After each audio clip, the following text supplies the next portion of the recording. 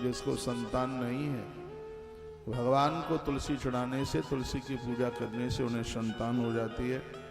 बंधुहीनो लभेद बंधु, इस स्तोत्र श्रवण मात्रतः, जो तुलसी स्तोत्र का पाठ करते हैं, सुनते हैं, जिसको भ्राता नहीं है, भाई नहीं है, ऐसी कोई बहन जिसको भाई नहीं है, उसे भाई की प्राप्ति हो जाती है। रोगी प्रमुच्यते रोगात, यदि कोई रुग्ण है, रोगी है, वो निरोगी हो जाता है। बद्धो मुच्चेद बंधनात्, यदि कोई जेल में है, झूठे केस लग गए हैं, उसको जेल से मुक्ति मिल जाती है। भयान मुच्यते भीतस्तु, जो कोई डरा हुआ है वो निडर हो जाता है। इतनी बड़ी महिमा ये तुलसी की। तुलसी माँ के 8 नाम लेकर के नित्य तुलसी का बंधन पूजन करना चाहिए। अविवाहित कुंवारी कन्या बेटियां तुलसी के इन 8 नामों को लेकर के माँ की पूजा करते हैं, उनको अच्छा घर और वर प्राप्त होता है। इस ग्रंथ में लिखा है, 8 नाम लिखे हैं। वृंदावनी विश्व पूजिता विश्वपावनी, पुष्पसारानंदनी च तुलसी कृष्ण जीवनी, एतन्नामाष्टकं चैव स्तोत्रं नामार्थ संयुतम्, यः पठेतां च संपूज्य सो अश्वमेध फलं लभेत्। जो भी स्त्री पुरुष इन 8 नामों को लेंगे, उन्हें संग में अश्वमेध यज्ञ करने के बराबर फल और प्राप्त होगा। पहला नाम है वृंदा, दूसरा है वृंदावनी, तीसरा है विश्व पूजिता, चौथा नाम है विश्व पावनी, और 5वां नाम है पुष्पसारा, अगला नाम है छठवां नंदिनी, और 7वां नाम है तुलसी, 8वां नाम है कृष्ण जीवनी। ये 8 नाम है तुलसी के। तो इन नामों को लेकर के राजा अश्वपति रोजाना तुलसी माँ की पूजा करते हैं। सालराम भगवान को पूजते हैं। शालराम भगवान की तो बड़ी महिमा है ही। सालिग्रामं च तुलसीम शंखम चैकत्र एव च, यो रक्षत महाज्ञानी स भवे श्री हरे प्रियः। जो शंख तुलसी सालराम तीनों की एक जगह पूजा करते हैं, वह भगवान श्री हरि के लिए अत्यंत प्रिय हो जाते हैं। इसमें बिल्कुल कोई संशय वाली बात नहीं है। राजा अश्वपति भगवान शालिग्राम की नित्य पूजा करते हैं, उन्हें वंदन करते हैं। जो पुरुष एक बार भी जिस किसी स्त्री के साथ गलत भाव से संबंध बना लेता है, वर्णन किया गया है, वो 1 मनवंतर तक दुखों को भोगता है, वह कष्टों को भोगता है। लेकिन वर्णन है कि भगवान शालिग्राम का दर्शन ऐसे अपराध को भी मुक्त कर देता है, यदि अनजान में त्रुटि गलती हुई है तो। तुलसी को वरदान मिला है भगवान महादेव के द्वारा। स्वयं नारायण शालिग्राम के रूप में प्रकट हुए हैं। जो भी कोई तुलसी शालिग्राम भगवान का वंदन पूजन करेगा, सौभाग्य गौरवम, उस परिवार को सौभाग्य मिलेगा, गौरव बढ़ेगा। शालिग्राम शिलाधत्वा स्वीकारम यो न पालेत, सारा प्रातिश पत्रम च लक्ष्मी नोन्तराविदम। जो शालिग्राम शिला को हाथ में लेकर अपने द्वारा की गई प्रतिज्ञा का पालन नहीं करता, वह अस्थि पत्र नाम के नरक को भोगता है।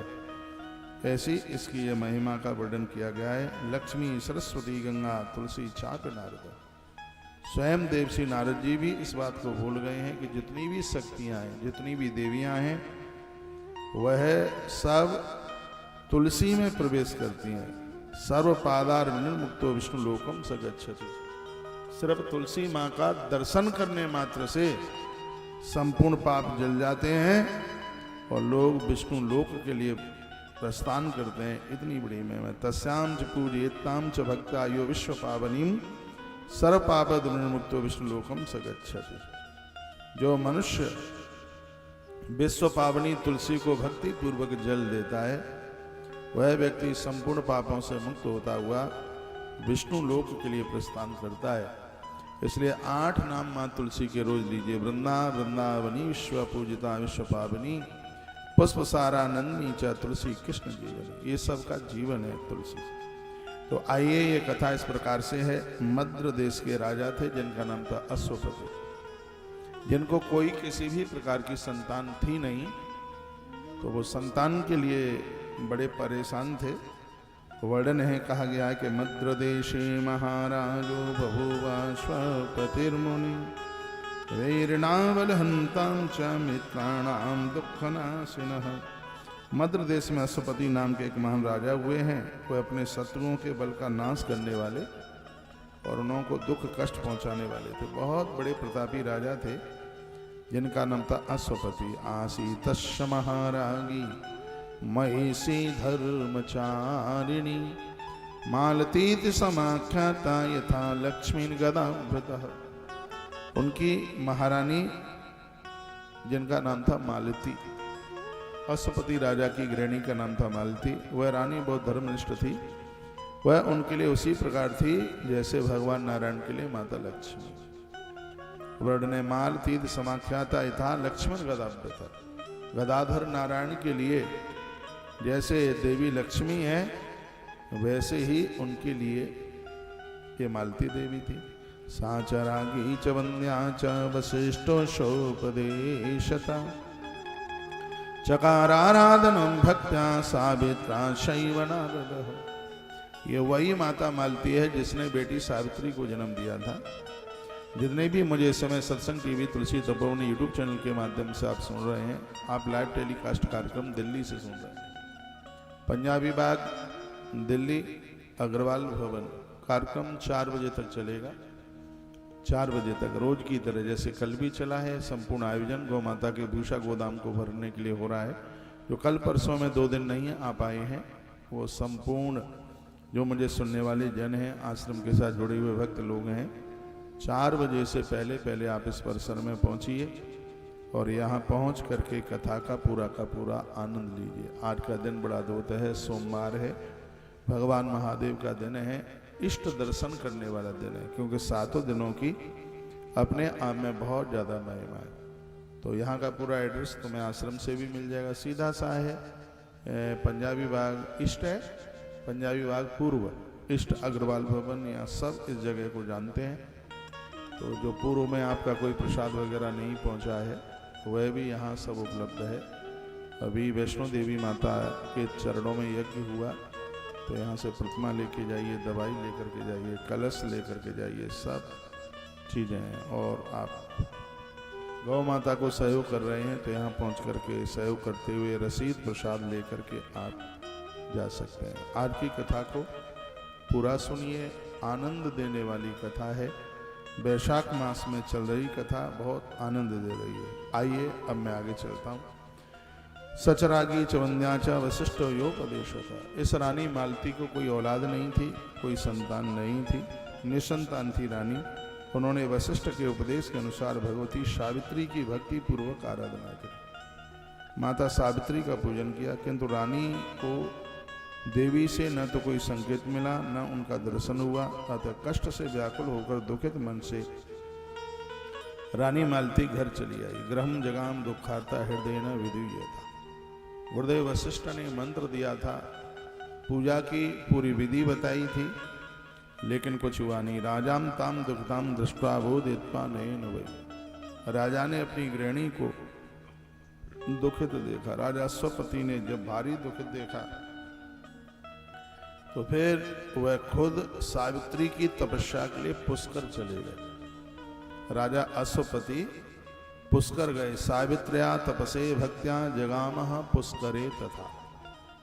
आज भी वर्णन किया गया, निसंतान स्त्री पुरुष कुछ समय पुष्कर रह के आए, वहां सावित्री मां का दर्शन करें, विधाता ब्रह्मा का अभिषेक करें।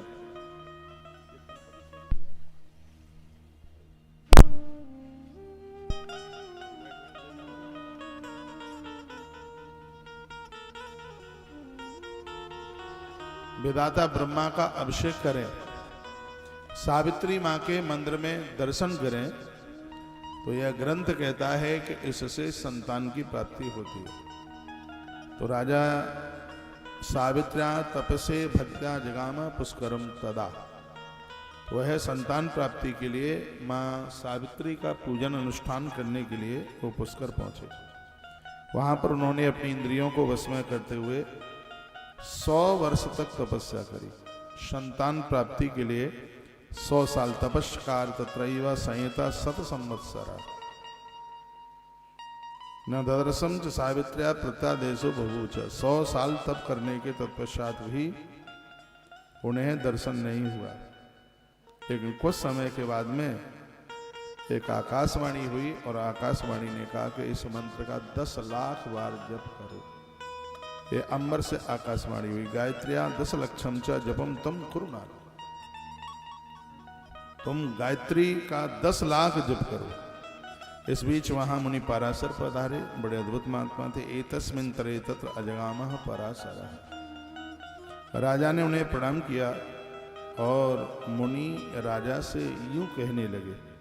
क्या कहा पराशर ने? सकृत जपस्य गायत्र्या पापम दिन भवम हरे, 10 वारम जपेनैव नश्यै पापम दिवानिशम्। मुनि पराशर कहने लगे, एक बार का गायत्री जप दिन भर के पाप का नाश कर देता है।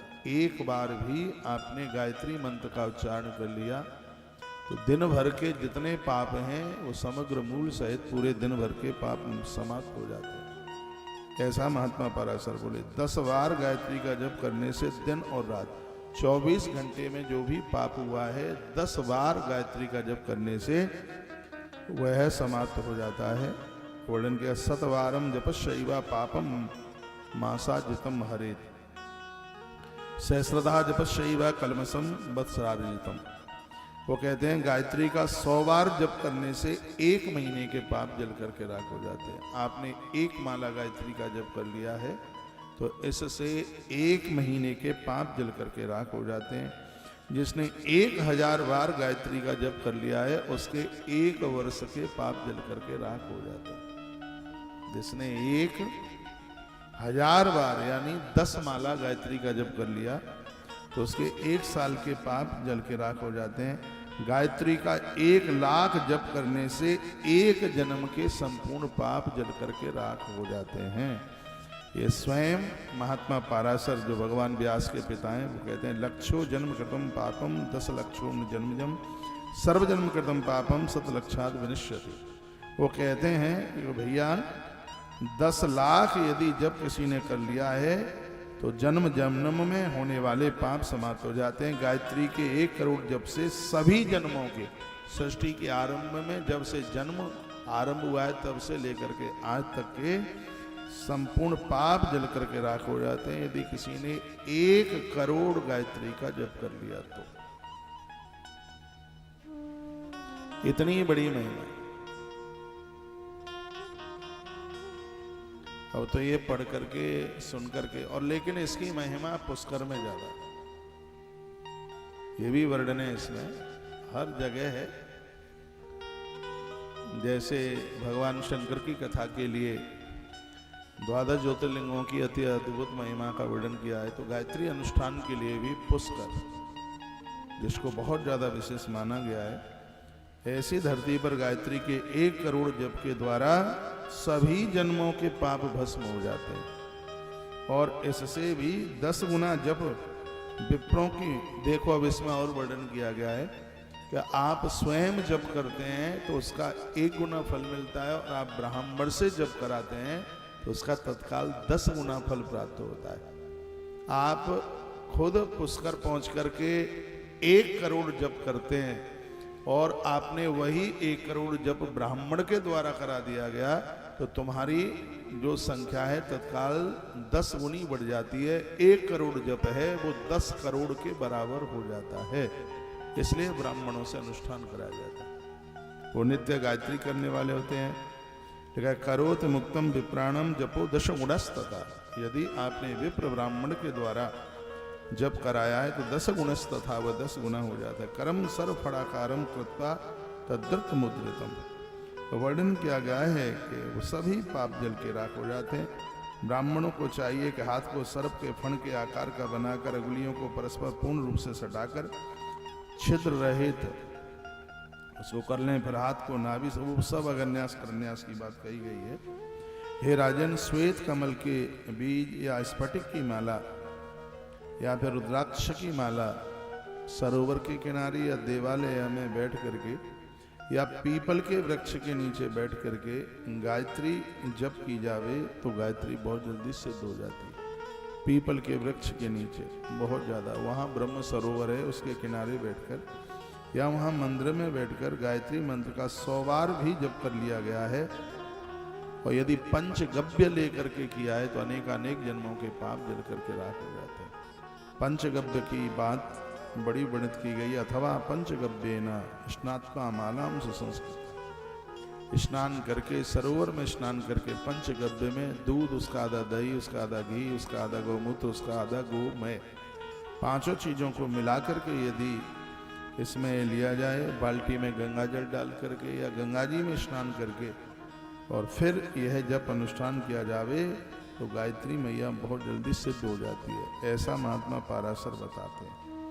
हे राजन, आप पवित्र होकर प्रतिदिन प्रातः, मध्याह्न एवं सायंकाल की संध्या जरूर कीजिएगा। देखिए, इसमें एक बड़ी सुंदर बात कही गई है। आप गायत्री का अनुष्ठान करने के लिए जा रहे हैं और रोज आप 2, 4, 10, 20 मालाएं जपते हैं, और आप ये सोचें कि अब हम तो गायत्री का जप करने के लिए जा ही रहे हैं, तो अब हमें रोज का जप करने का मतलब ही क्या है, तो यहाँ पर फिर वो जप लगेगा नहीं। आप कोई अनुष्ठान में अभिषेक करने के लिए जा रहे हैं और नित्य आप रुद्राभिषेक करते हैं। यदि आपने नित्य वाला रुद्राभिषेक नहीं किया तो आपको अनुष्ठान में किए गए अभिषेक का पूरा फल प्राप्त होगा ही नहीं।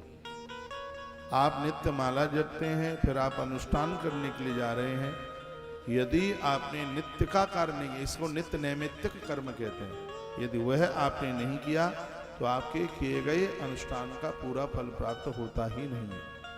ये मैंने इंदौर में एक बार देवी भागवत की कथा हुई थी। देवी भागवत से मैंने बोला कि यदि कोई दुर्गा पाठ ब्राह्मण रोज करता और फिर वो अनुष्ठान में करता है दुर्गा पाठ नवरात्रा में, वो तो सोच ले कि अब तो ये मैं कर ही रहा हूँ।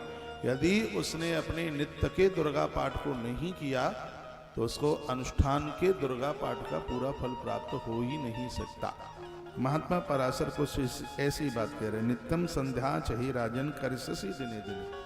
जो आप नित्य संध्या करते हैं उसको जरूर कीजिए, नित्य गायत्री जपते हैं उसको तो आप जपिए, और उसके तत्पश्चात फिर अनुष्ठान के रूप में ये करें। मध्याह्ने चाप सायाने रात्रेव सुशिष्यदा। वो व्यक्ति बड़ा पावन होता है जो तीनों कालों में संध्या करता है, भले ही दोपहर में संक्षेप में करे, प्रातः, दोपहर और शाम के समय उसको संध्या करनी ही चाहिए। जो ब्राह्मण प्रातः एवं संध्या काल की संध्या नहीं करता वह व्यक्ति मलक्ष्य की तरह होता है। ऐसे ब्राह्मण के तो हाथ का पानी पीने का धर्म नहीं है, समस्त ब्राह्मणोचित कर्मों से उसको बहिष्कृत कर दिया जाता है, ऐसा महात्मा पराशर कहते हैं। सशूद्र वेदविष बहिष्कार्य सर्वस्मा द्विज कर्मणा। वो किसी भी देवी कार्य में उसको नहीं लिया जा सकता जो ब्राह्मण जनेऊधारी नहीं है, जिसका यज्ञोपवीत नहीं है। ऐसा ब्राह्मण के पाम छूने से भी कोई आशीर्वाद नहीं मिलता जो ब्राह्मण गायत्री नहीं जपता। ये महात्मा पराशर का मत है। कलकाल में पराशर स्मृति की बड़ी महिमा है। मुझे जितने भी विप्र सुन पा रहे हैं इसमें स्पष्ट लिखा है कि ब्राह्मण उसी ब्राह्मण का अनुष्ठान लगता है जो गायत्री जपने वाला है। यदि जो ब्राह्मण गायत्री नहीं जपता उससे अनुष्ठान कराया जाए तो उस ब्राह्मण का अनुष्ठान बिल्कुल भी नहीं लगता। जिस ब्राह्मण का जनेऊ नहीं हुआ है ऐसे ब्राह्मण से आप कोई अनुष्ठान कराते हैं तो उस ब्राह्मण का अनुष्ठान कुछ भी नहीं लगता।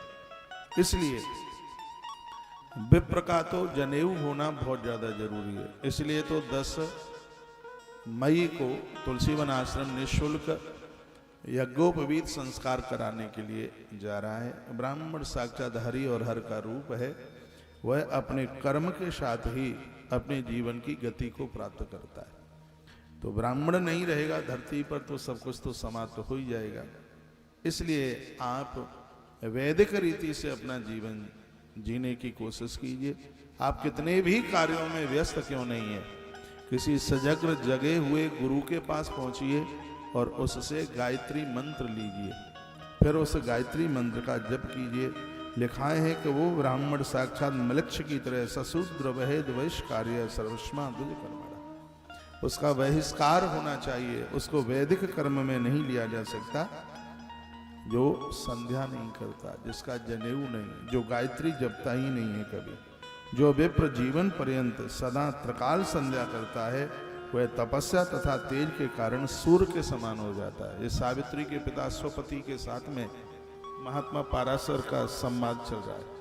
यदि इन कथाओं को जीवंत बना करके रखें तो भरे कलयुग में भी भैया सतयुग का दर्शन होगा। फिर कहते हैं कि ब्राह्मण को कोई पूछता नहीं है, तुम गुटखा खाओगे, उल्टा पुल्टा तुम करोगे, बीड़ी सिगरेट तंबाकू खींचोगे तो कौन पूछेगा।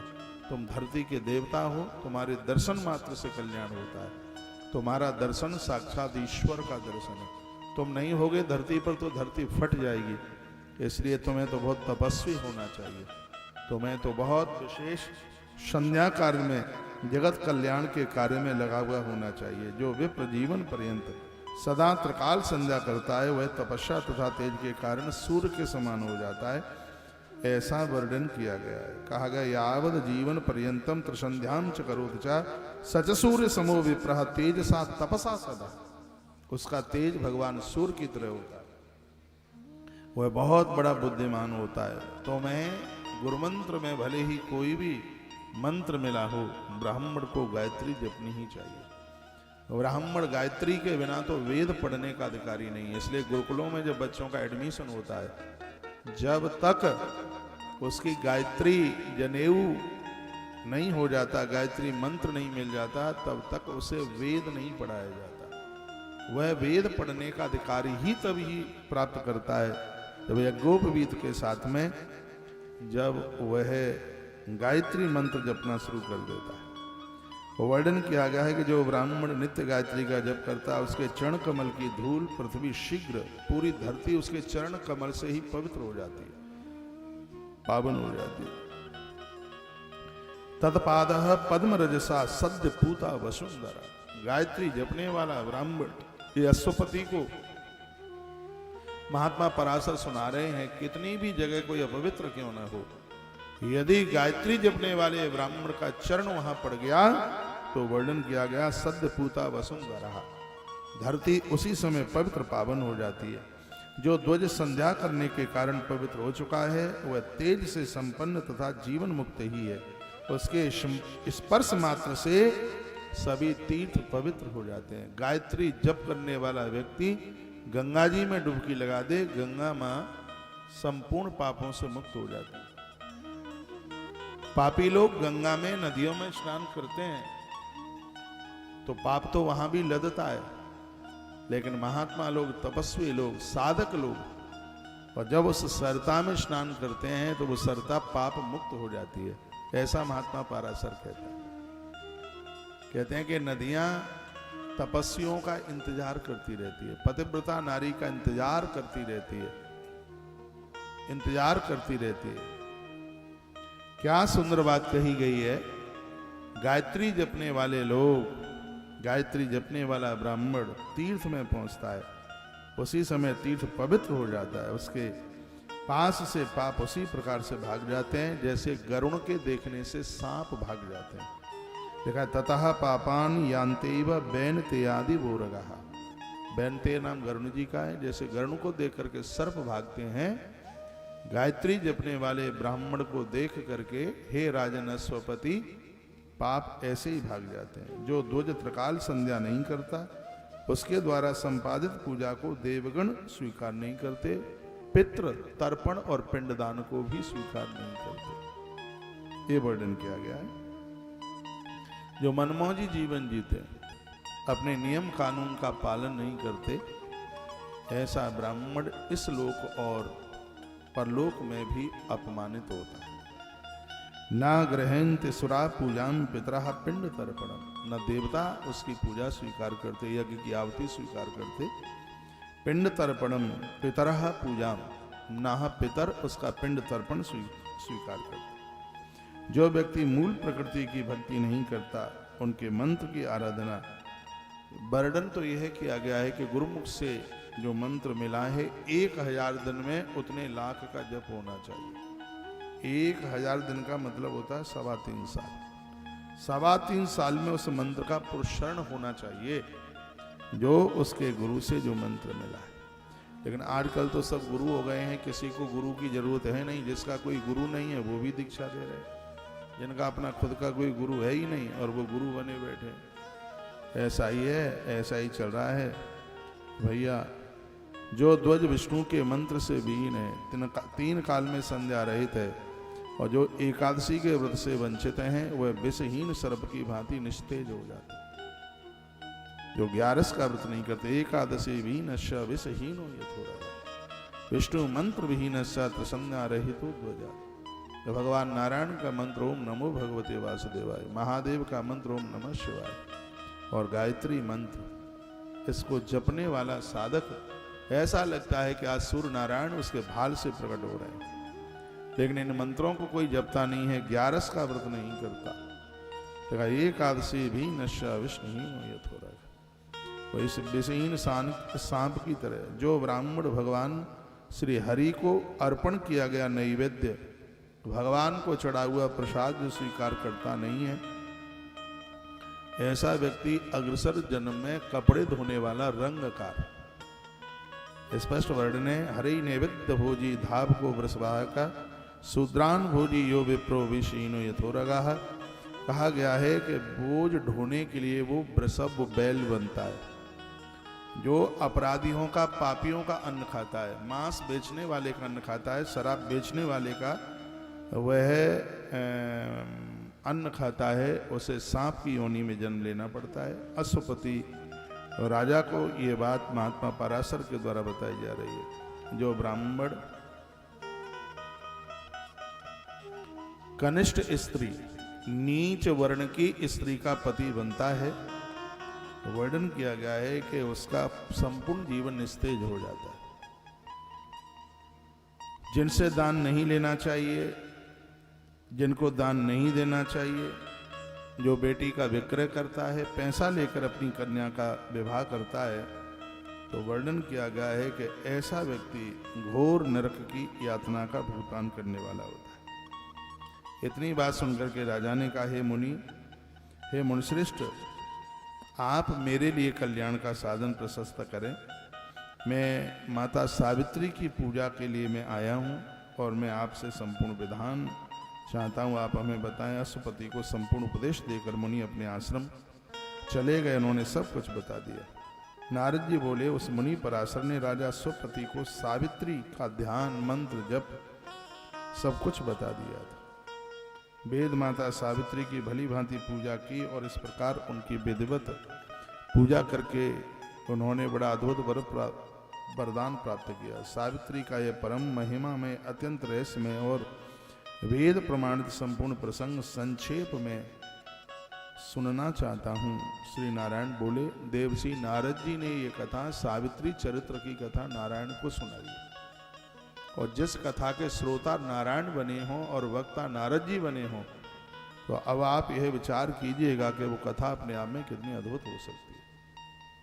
सावित्री के जन्म की कथा, सत्यवान अपने पति के प्राणों को कैसे लौटा करके लेके आए, ऐसी कथा का वर्णन किया। आइए सुनिए। नारायण कहते हैं, ज्येष्ठ कृष्ण त्रयोदश्याम शुद्ध काले च यत्नतः व्रतमेव चतुर्दश्याम व्रति भक्ता समाचरे।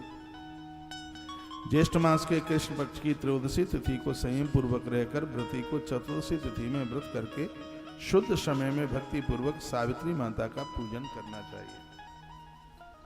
गणेश जी के पूजन की बात कही गई है, और जब आप वो बड़की पूजा करते हैं उसमें माता सावित्री का ही तो पूजन।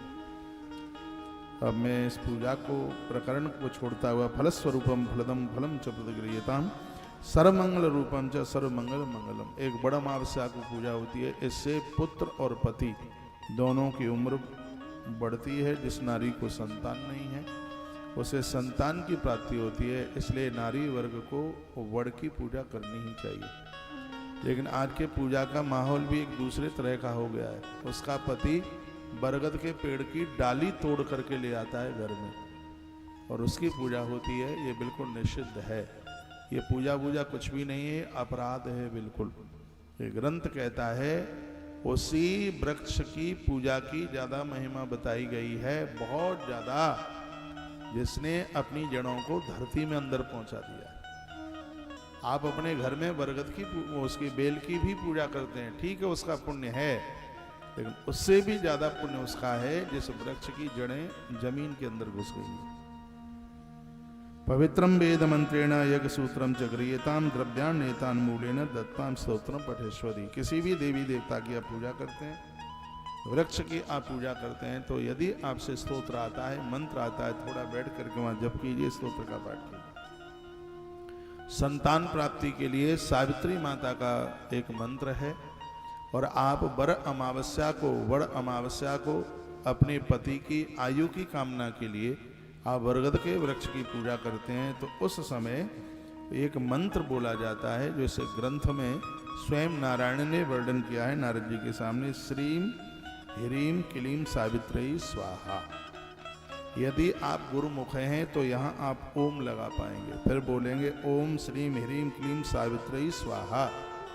यदि आप गुरुमुख नहीं हैं, आपका कोई गुरु नहीं है, आपने कहीं से कोई गुरु मंत्र लिया नहीं है, तो आपको ओम लगाने का बिल्कुल अधिकार नहीं है, तो फिर आप श्रीम ह्रीम क्लीम सावित्रेयी स्वाहा इतना ही बोलेंगे। यदि आप गुरुमुख हैं, आपने किसी गुरुदेव से गुरु मंत्र सुना है, तो फिर ये मंत्र बोला जाएगा ओम श्रीम ह्रीम क्लीम सावित्रेयी स्वाहा। ये 8 अक्षर वाला मंत्र है, और यदि इसको उच्चारण करते हुए वटवृक्ष की पूजा की जाती है तो उससे आयुष बढ़ता है, उससे उम्र बढ़ती है। बरगद की पूजा के ही प्रभाव से माँ भगवती सावित्री काल के गाल में से अपने पति सत्यवान को जिंदा लेकर के आ गई। वो ऐसा इस ग्रंथ में वर्णन है। ब्रह्म तेज प्रदे देवी प्रसन्ना भव सुंदरी कायेन मनसा वाचा इत पापम कुरुते। नारी वर्ग के लिए वट की पूजा इतनी अद्भुत है। कहा गया है मनुष्य मन वाणी अथवा शरीर से जो भी कुछ अपराध कर चुका है, इस वटवृक्ष की पूजा करने से, इस ब्रह्मदेव की पूजा करने से संपूर्ण पाप जल करके समाप्त हो जाते हैं। राजा अश्वपति ने खूब तप किया, गायत्री मंत्र का जप किया, तो हुआ यह है, एक दिन की बात थी, मां भगवती सावित्री प्रकट हो गई पुष्कर की धरती पर। राजा को का वरदान मांगिए, ददर्शताम च सावित्रीम ब्रह्म प्राप्य मनोगता।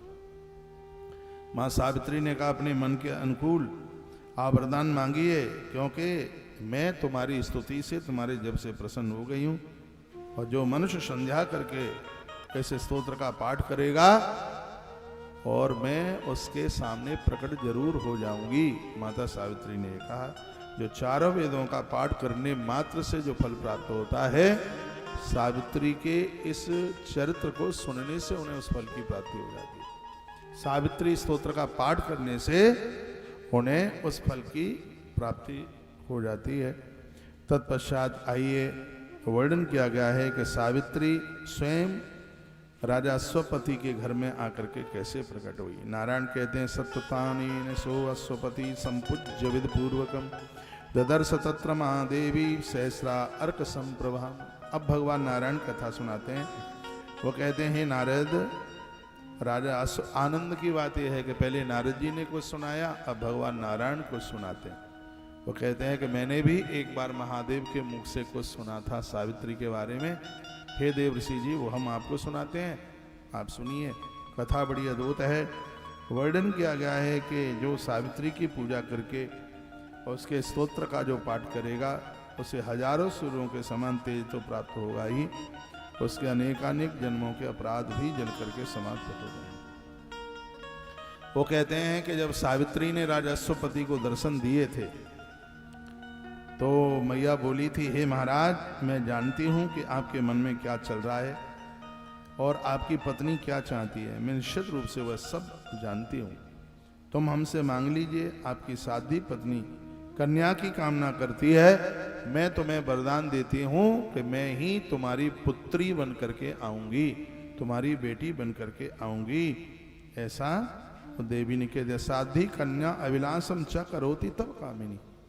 जो तुम्हारी पत्नी है मालती, वो बेटी की कामना करती है, और तुमने बहुत लंबे समय तक तपस्या पुष्कर में करी है, और हम आपके ऊपर अति प्रसन्न हैं, तो हम ही तुम्हारे घर की बेटी बनकर के आएंगे। सा ब्रह्म ब्रयामासा धुमत सेनात्मजम तदा।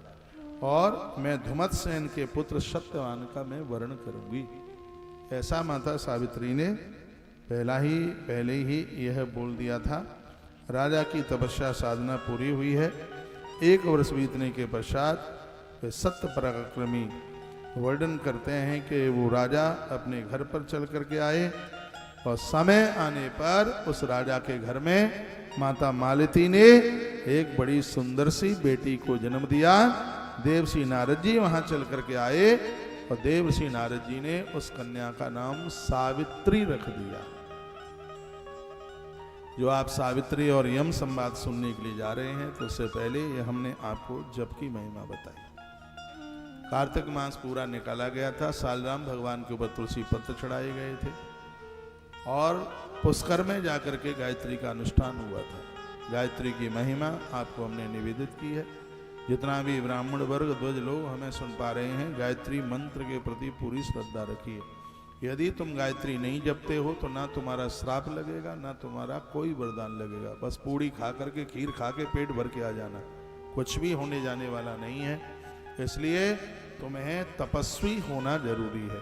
कंठ में तुलसी रुद्राक्ष पहनो, भाल पर चंदन तिलक लगाओ, सूर्य भगवान को अर्घ दो और नित्य कम से कम ज्यादा न तुमसे बन पावे तो वर्णन ये किया गया है कि ब्राह्मण को पर डे 10 माला जपनी चाहिए, क्षत्रिय को 7 माला जपनी चाहिए और वैश्य को कम से कम रोजाना 5 माला जपनी ही चाहिए। ऐसा वर्णन है। ब्राह्मण के लिए 10 माला की बात कही गई है क्योंकि वो पाम ज्यादा छुपाता है, वो दूसरों के घर का ज्यादा खाता है, तो इसलिए वर्णन किया है कि उसका जप ज्यादा होना चाहिए। तो गृत्तागमनम चक्रे तत्पाशत प्रयोग। घर के लिए वो वापस आए थे और भगवान की कृपा से समय आने पर उनके घर एक सुंदर सी कन्या का जन्म हुआ। उसी का नाम सावित्री रख दिया गया। बोलिए सावित्री मैया की जय। उन्हीं का नाम सावित्री। सावित्री सयानी हुई, विवाह के लायक हो रही थी। एक दिन की बात थी, पिताजी ने कहा, बेटा हमारी तरफ से तुम्हें अनुमति है, तुम्हें आज्ञा है कि अपने अनुकूल कोई वर खोजने के लिए तुम निकलिए। अपनी सखियों के साथ में माता सावित्री घर से बाहर निकली तो वन में रहने वाले धुतसेन, उनके एक ही बेटे थे जिनका नाम था सत्यवान, और सत्यवान को अपना वचन दे करके सावित्री आ गई। इतने में ही देवर्षि नारद जी का वहां पर आगमन हुआ। देवर्षि नारद जी का आगमन हुआ। देवर्षि नारद जी को अश्वपति राजा ने वंदन प्रणाम किया। बेटिया सावित्री को बुलाया, सावित्री ने भी नारद जी को प्रणाम किया। बेटी सयानी हो रही थी तो नारद जी ने अश्वपति राजा को पूछा, बेटी सयानी हो रही है, बेटी के लिए क्या कोई घर वर तुमने नहीं देखा? तो राजा अश्वपति ने कहा, हाँ, मेरी बेटी का विवाह धुतसेन राजा के पुत्र जिनका नाम सत्यवान है, उनके साथ रिश्ता पक्का हुआ है। कुछ ही समय के बाद भामर पड़े। नारद जी ने कहा, ओहो ये तो बहुत गलत हो गया। कहा क्या हो गया?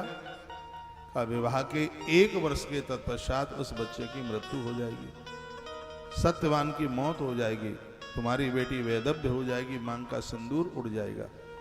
और तुम्हें पता है कि कोई तकलीफ हो तो बारात दरवाजे से वापस कर दी जाती है। जानबूझकर अपनी बेटी को ये कष्ट मत दो। नारी की मांग में सिंदूर न हो, इससे बड़ा और उसके लिए दुख क्या हो सकता है। इसलिए मेरी बात मान लो, ये विवाह न करो तो ज्यादा ठीक है। सावित्री वहीं खड़ी हुई थी। सावित्री ने कहा, गुरुदेव तरकस का निकला हुआ धनुष से छूटा हुआ बाण वापस नहीं आता। धीर पुरुषों के मुख से निकली गई बात उसको झूठा नहीं किया जा सकता।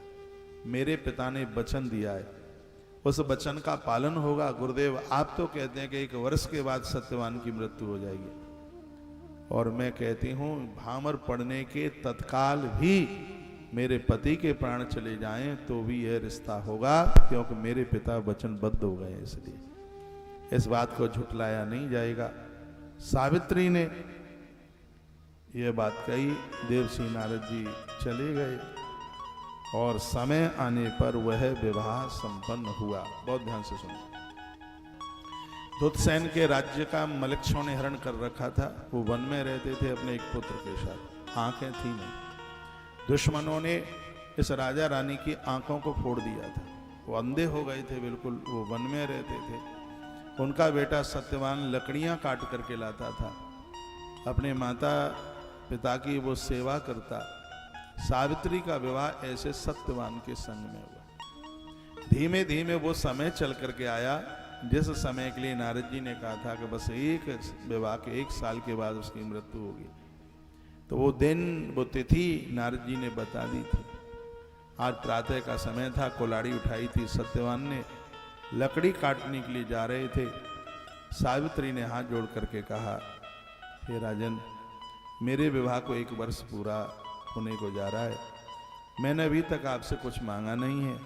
आपसे प्रार्थना है कि आप मुझे आज लकड़ी काटने के लिए अपने संग लेकर के चलिए। ये मेरी आपसे प्रार्थना है। सत्यवान की आंख में आंसू आ गए। सत्यवान ने कहा, देवी ऐसा नहीं हो सकता, मैं तुम्हें कष्ट नहीं दूंगा। तो सावित्री ने कहा, पति का सुख एक पत्नी का सुख है और पति का कष्ट एक पत्नी का स्वयं का कष्ट है। और मेरी आपसे प्रार्थना, आप मुझे लेकर के चलें। तब सत्यवान ने कहा, माता पिता से यानी अपने सास ससुर से अनुमति लीजिए। तो राजा दुतसेन के चरणों में सावित्री ने प्रणाम किया और कहा, पिताजी आपसे प्रार्थना है, आज मैं तुम्हारे पुत्र के साथ मैं लकड़ियों के लिए मैं जाना चाहती हूँ। ससुर बहुत रोए और आखिर में उनको आज्ञा देनी पड़ी। बियाबान जंगल में पहुंचे। जिस वृक्ष के ऊपर सत्यवान लकड़ी काट रहे थे, इतने में ही यमराज चल करके आए और बलात् प्राणों को खींचना शुरू किया। मूर्छित होकर पेड़ से नीचे गिर पड़े। उनके मुंह से निकला, सावित्री मेरा समय पूरा हो गया है, मैं तुम्हें सुख नहीं दे पाया। ये मुझे लेके जा रहे हैं। यमराज उन प्राणों को लेकर के चले। सावित्री पीछे पीछे जा रही है। मुड़ करके देखा धर्मराज ने, अहो क्वयाम सावित्री ग्रत्ता मानुषिम तनुम यदि आंसस कांत्य सार्धम देहम तदात्यजः। सावित्री तुम कहाँ जा रही हो? मेरे लोक में मनुष्य शरीर से कोई प्रवेश नहीं कर सकता। यदि तुम्हें अपने पति के साथ जाना होगा तो तुम्हें मौत को स्वीकार करना होगा। और तुम्हारी मौत तब होगी जब तुम्हारा समय आ गया होगा। जब तक समय नहीं आता तब तक कोई मर नहीं सकता। इसलिए सावित्री तुम वापस चली जाओ, क्योंकि तुम्हें तुम्हारा पति अब कभी भी नहीं मिलेगा। ये कह दिया, भर्तुस्ते पूर्ण कालो वही बभू भारते सती स्वकर्म फल भोगार्थम सत्यवान यात मत ग्रहे। भारत की भूमि ऐसी, अपने कर्म भोगों के अनुसार व्यक्ति यहाँ जन्म लेता है, मरता है। हे देवी, इसका समय पूरा हो गया और मैं इसको लेके जा रहा हूं, तुम वापस चली जाओ। सावित्री ने कहा, हमने ऐसा सुना है जो देव पुरुष हैं उनका संग कभी छोड़ना नहीं चाहिए। उनके पीछे पीछे चलोगे तो ये कल्याण होगा। तो यमराज इतने प्रसन्न हो गए थे। यमराज ने कहा था, देवी मैं तुम्हारी इस वाणी को सुन करके मैं इतना प्रसन्न हुआ हूं। अपने पति के प्राणों को छोड़ करके कोई एक वरदान तुम मुझसे मांग सकती। तो उस समय सावित्री ने यह मांगा था, मैं तुम्हारे दरबार में बैठकर तुम्हारी श्रोता बनना चाहती। आप मेरे प्रश्नों का समाधान करेंगे। किम कर्म तदित भक्ति को बा तद्वत्रेश्चा को बा देई च देह का को बात्र कर्म कारक किम बा ज्ञानम च बुद्धि का को बा प्राण शरीरणम कानिंद्रियाणि के तेसाम लक्षणम देवतास्कई। सावित्री कहती है, कर्म क्या है, कर्म किससे होता है और उसका हेतु कौन है, देही कौन है, देह कौन है, और इस लोक में प्राणियों से कौन कर्म करवाता है, ज्ञान क्या है, बुद्धि क्या है, शरीरधारियों के प्राणों का अर्थ क्या है, इंद्रियां क्या हैं और इन इंद्रियों को चलाने वाले देवता कौन कौन से हैं, भोक्ता कौन है, भोगने वाला कौन है, भोग क्या है, निष्क्रिय क्या है, निष्कृति क्रिया क्या है, जीव कौन है। और मेरा एक प्रश्न आपसे होगा, परमात्मा कौन है, परमात्मा का व्याख्यान क्या है। मेरे इन प्रश्नों का जवाब दीजिएगा। इससे अगली कथा आप सुनेंगे। पहले आप आचार्य जी को सुन लीजिएगा और फिर हम आपको सुनाते हैं इन प्रश्नों का समाधान जो माता सावित्री ने धर्मराज के सामने, यम के सामने जो प्रश्न किए हैं, यम ने उनका जो जवाब दिया है वो कथा बड़ी अद्भुत है। 4 बजे तक कथा चलेगी, कोई कहीं जाएगा नहीं। अग्रवाल भवन में हम बैठे हैं। अग्रवाल भवन,